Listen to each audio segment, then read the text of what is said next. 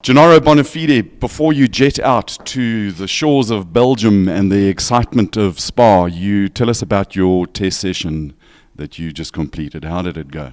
Yeah, I mean, 2 weeks ago we were at Spa for the 2-day official test, and it went really, really well. I mean, obviously, 2 days for the team to get used to all the situation and for me to learn the track and learn the car. 20 corners, how did that go? 20 corners, and let me tell you, Spa is technical. It is every single corner, there's something particular about that corner. I mean, if you just think about it, if you lose half a tenth every corner, it's 1 second a lap. So it's really, really technical. But for me, it was an amazing experience. I mean, obviously, got to grips with the M6 GD3 quite well, and I think a lot of confidence into the race.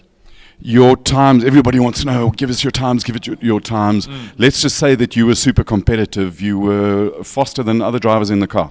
So thankfully I was the reference driver in the team, which is obviously a lot of confidence from my side as well. Bit of responsibility as well, eh? Bit of responsibility, but the cool thing is obviously with 3 bronze drivers in the car, we will be consistent. That's the aim. The aim is to finish the race, and in the AM category, potentially with finishing, we get a podium. So for me, obviously, a bit of I'm going to push. I mean, as a natural racing driver, you want to go as fast as you can consistently, within limits.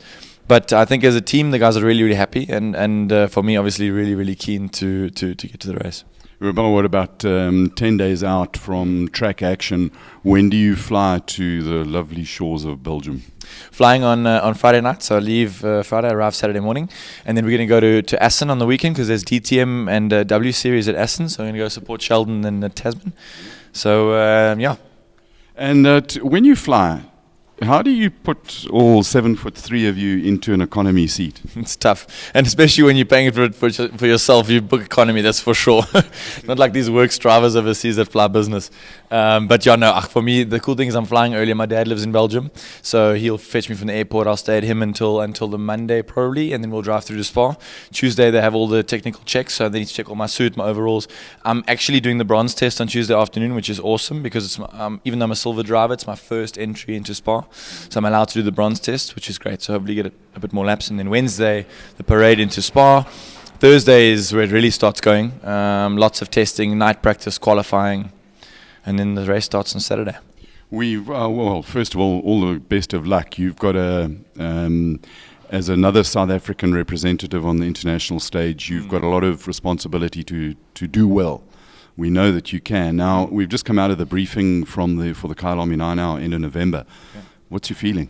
I think it's awesome. You know, for me, I think having been there 2 weeks ago, I got a full picture of what actually this is all about and what the Blancpain and the SRO and even Intercontinental GT is all about. And I don't think people in South Africa realize what goes on there. The amount of professionalism, the amount of money being put into the series and into motorsport. It's an industry. For me, I got there and I thought to myself, even the guy who's washing the truck, it's an industry. There's just on my team alone there was 8 mechanics and 3 engineers for one car. And that's essentially you're not a factory team. It's exactly. It's a privateer team. Correct, a privateer team. I mean, the factory guys, it's just next level. So for me, really, really excited for the Kyle Army 9 hour. Obviously, personally, I'm trying to secure a seat for the race. I think my experience now in Spa will really help me, and hopefully one of the teams will want me here as a home race as well. So we'll see how it goes. Obviously entering into the Pro or the Pro-Am top category. So we'll see. I'm still need to work on that.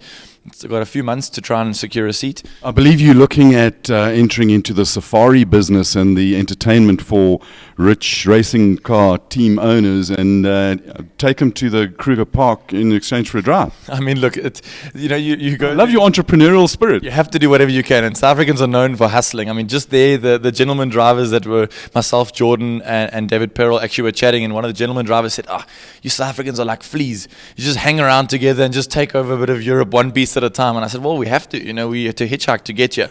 So we do what we can, I think, as South Africans, and we try and make a plan as we do.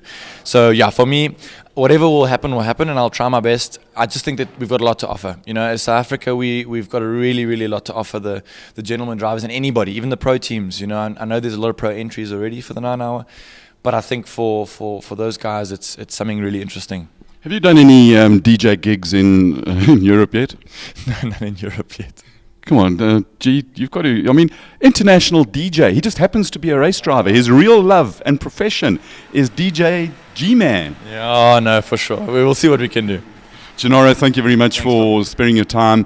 Good luck at Spa. We're going to follow you. We're going to watch it all on streaming.